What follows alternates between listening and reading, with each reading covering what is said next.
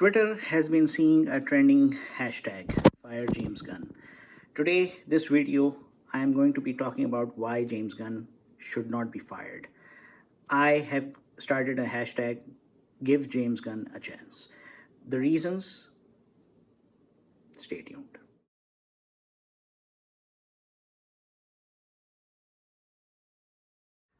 DC Comics and its parent company Warner were able to produce some of the most trend-setting set of movies.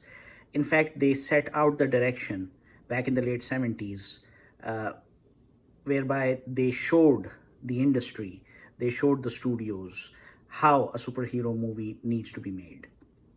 Whether we're talking about Superman in 1978, whether we're talking about Batman 89, whether we are talking about the Dark Knight trilogy of Christopher Nolan, they set the standards.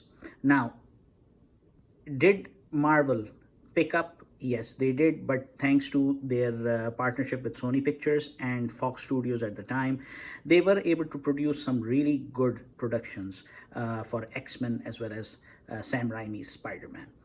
Having said that, since Dark Knight trilogy, Warner Brothers Studios has been on a downward spiral, and that downward spiral has been because of multiple factors, but most prominent ones happen to be the dispute between Walter Hamada and Joss Whedon, Zack Snyder, some of the cast members from Zack Snyder's Justice League, and it has reached to a point that now, as much as anyone wants to repair, it cannot. Plus, at the same time, the erratic behavior and of Ezra Miller, which has caused a significant amount of delay to the Flash movie. I just don't think that having Zack Snyder back at the helm is going to help. James Gunn deserves a chance, and the reason I think he deserves a chance is that he understands both comics and how that particular universe can be adapted into the cinematic universe. Not exactly, but in a far more entertaining way. Full disclosure, I am not a fan of James Gunn. I did not enjoy his Guardians of the Galaxy movies. I even Suicide Squad. The reason being is because I am a comic book reader, and as a comic book reader, I want to see the same level of intensity that a character displays in comics and that same thing needs to be seen on the screen. However, that's my personal expectation. But the thing is, the market dynamics, the cinematic universe, the world of cinema actually requires a lot of other aspects that need to be considered before we come across a production.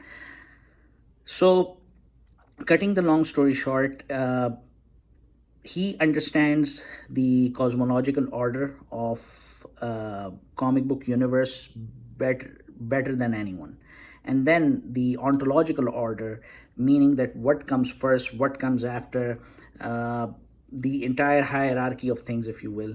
Nobody can do better than him, even though I have huge disagreements with him, but I do appreciate him for one major thing when it comes to Guardians of the Galaxy, that he was able to incorporate not only the newer versions of the Guardians of the Galaxy, which had Star-Lord, which had Gamora, which had Drax, but he was able to bring together the original ones as well.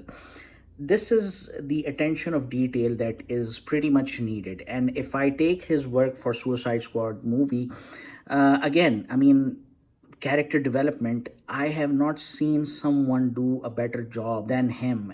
Turning a C-list character, unknown character, or a goofy character into something that the audience get mesmerized by him or her.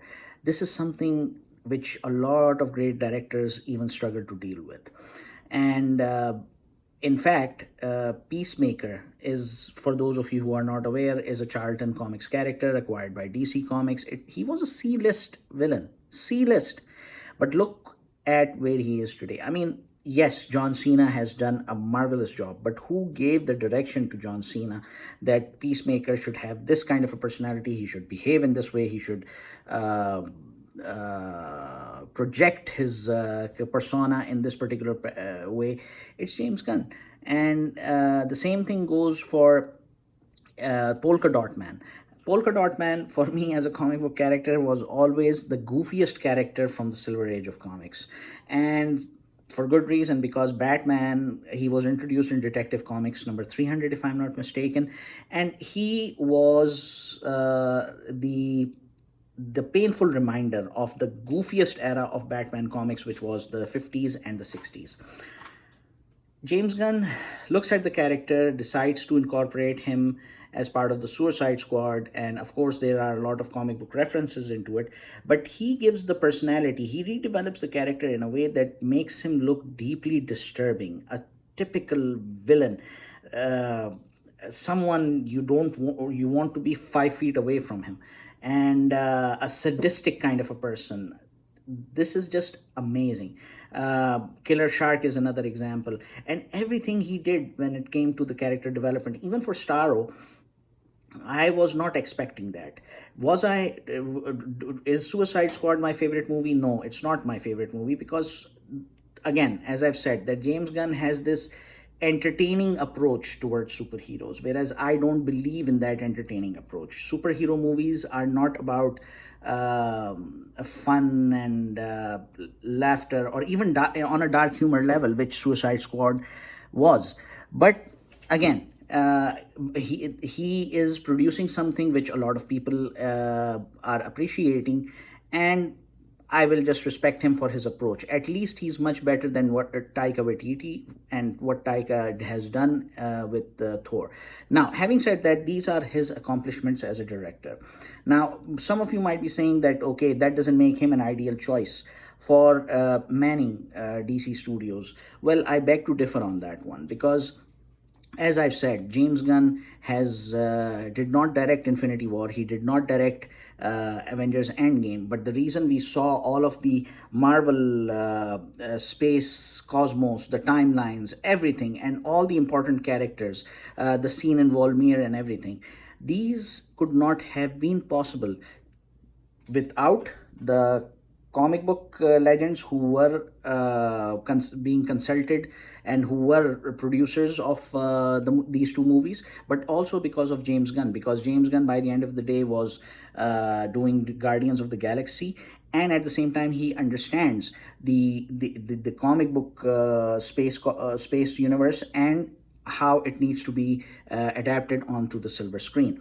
So this kind of knowledge, this kind of expertise, this kind of visionary capability, if you will, it's a rare find, and in that for that reason, I think that he needs to be given a chance. I'm not going to say that whatever he's going to do is going to be a critical success, if you will, a commercial success, if you will, but we as DC fans have wasted almost 10 years now with this fiasco of Walter Hamada and Joss Whedon and Zack Snyder, and release the Snyder Cut and release the Ayer Cut.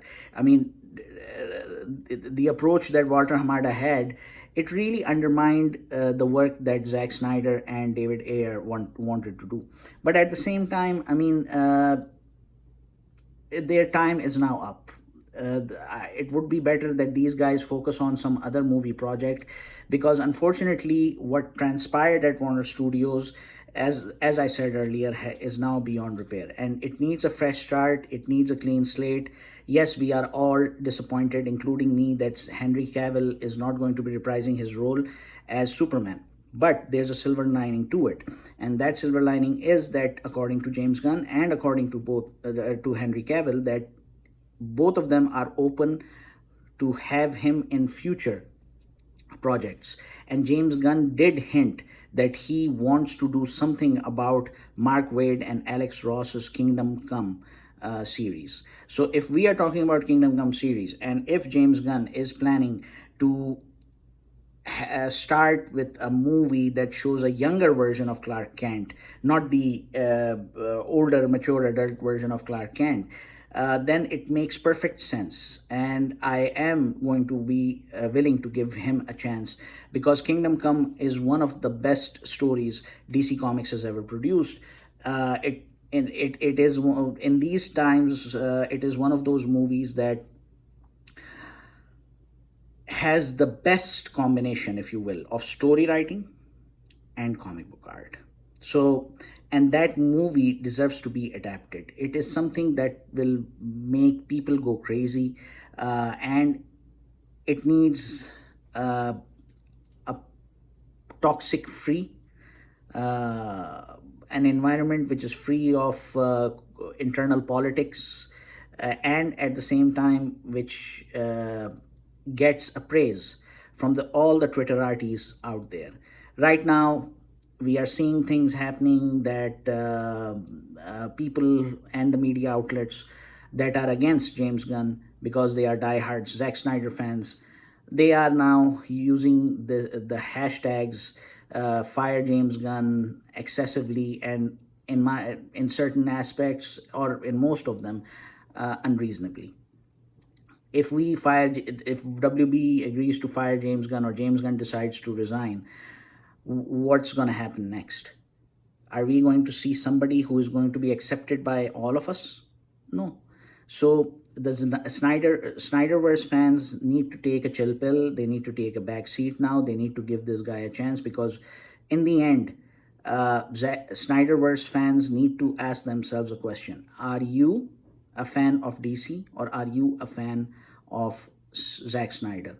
Because you can't be both. And Zack Snyder, as much as a great director he is, as much as the kind of works he has produced, especially 300, which was based on Frank Miller's novel, so the best highlight, if I would call it, he is not bigger than DC.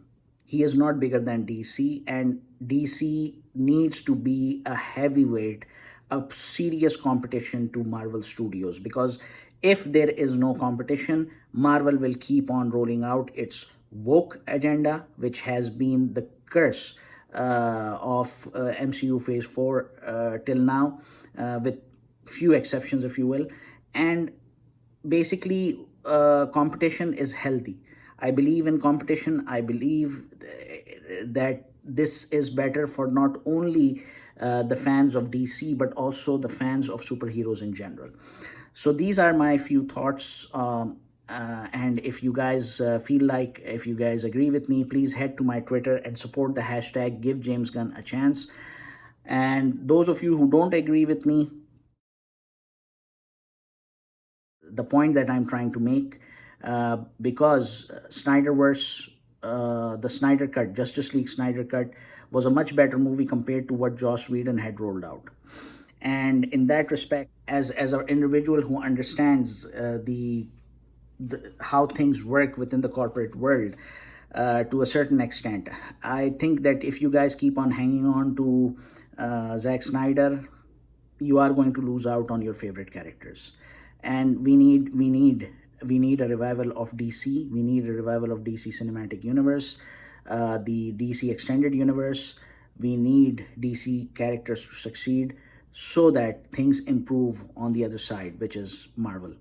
Otherwise, it's just a painful thing to watch. And here I'm going to give you an example that, for those of you who watch sports entertainment, when WWE, formerly known as WWF, was having competition from NWA, from AWA, from all these other different territories, the wrestling matches that WWE was delivering were some of the best ever. Yes, wrestling is choreographed. It's not fake, but it is choreographed. But even if you look, compared to the kind of fights we saw in the 80s and the 90s and up until the mid 2000s, these fights have been some of the most intense and wowing, if you will, matches that remain in our memories to this day. Uh, the day WWE bought WCW, we know how things are heading. So countless other examples where a monopolistic situation is not good for the consumers, the fans, people who love a particular brand. And in our case, we are superhero fans. I love DC as much as I love Marvel, and I want to see a successful DC extended universe, something which I enjoy watching, something which I can uh, watch with my family, just like I want to enjoy Marvel. And unfortunately, in the last few projects that Marvel has done, it is becoming really challenging for me to enjoy Marvel productions with my family. So, these are the 2 cents. Make sure to subscribe to my channel, like this video, share this video, and if you have a question or anything, feel free to comment. Thank you.